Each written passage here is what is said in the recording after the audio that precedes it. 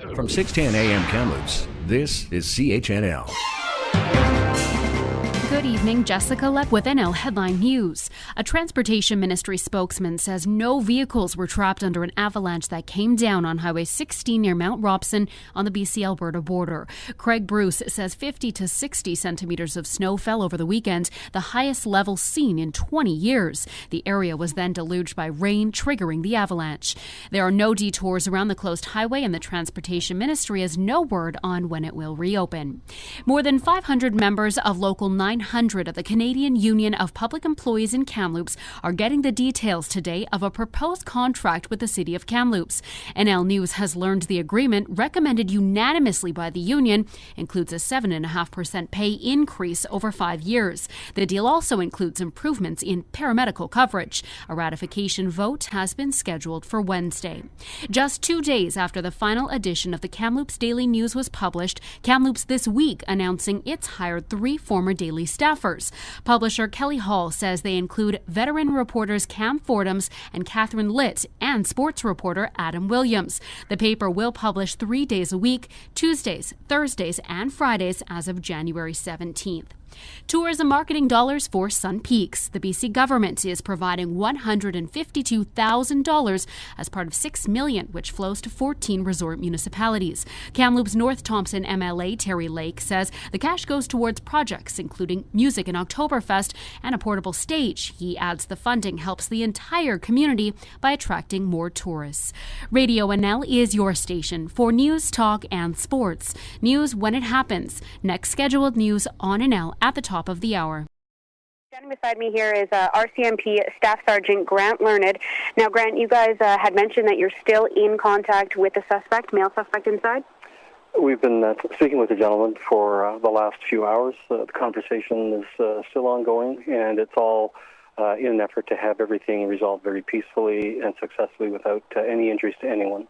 Now, you said there were 4 children. What's the status on them? Have they all been accounted for?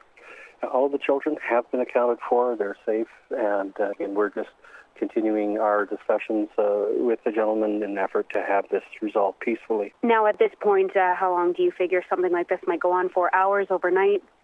You can't tell. There's no defined timeline. Breaking news on Radio NL, it's 4:33. There's been apparently a large gas leak in front of Royal London Hospital. NL's Jessica Lepp is on the scene. Jess, what can you tell us at this point? Well, Angelo, Kamloops emergency personnel are currently blocking off the 300 block of Columbia Street this hour after a reported gas leak. There is a faint smell of smoke from where I'm standing here at 4th and Columbia. Angelo, it's 5 kilometers north of Merritt here on the Coquihalla.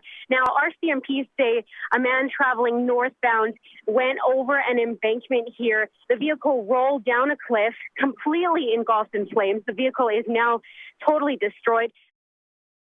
There is no justice in this country. Wendy Yurko, distraught to hear Mark Lindsay, the alleged murderer of her daughter Dana Turner, tell the court Wednesday he killed her because he feared she was going to kill him. Yurko says Canada's judicial system is nothing more than a source for job creation. A lot of people ask me. Yurko fears Lindsay will be put in a psychiatric hospital and then be released. During testimony yesterday, Lindsay confessed to killing Turner in 2011, saying he did it because she was part of a group of serial killers who had been threatening to kill him in person and psychically. Lindsay also admitted to assaulting an undercover police officer and his cellmates. Jessica Lepp, NL News, Kamloops. The latest from the CKNW newsroom. Just coming in, Kamloops Search and Rescue confirming they have located a missing Washington skier in the backcountry near Sun Peaks. Jessica Lepp has the latest. Search manager Alan Hobler says crews found the 40-year-old woman this morning around 9:30 who was separated from her partner Friday evening. Alan? So we located her this morning about 9:30 a.m. She was in good condition. I got a woman, she's mean to me. Who is Gordie Sullivan? Valley View resident Sean Sullivan is searching for more information on a father he never met. Sullivan says he was raised by his grandparents after his father, Canadian rock star Gordie Sullivan, was supposedly killed in a plane crash in northern Quebec in the late 1950s. I guess it affected us all, He disappeared. Sullivan says he has recently found photos of his father. Pictures of Dad and rock and roll. Attached to the photos are the call letters CKRS TV in Quebec.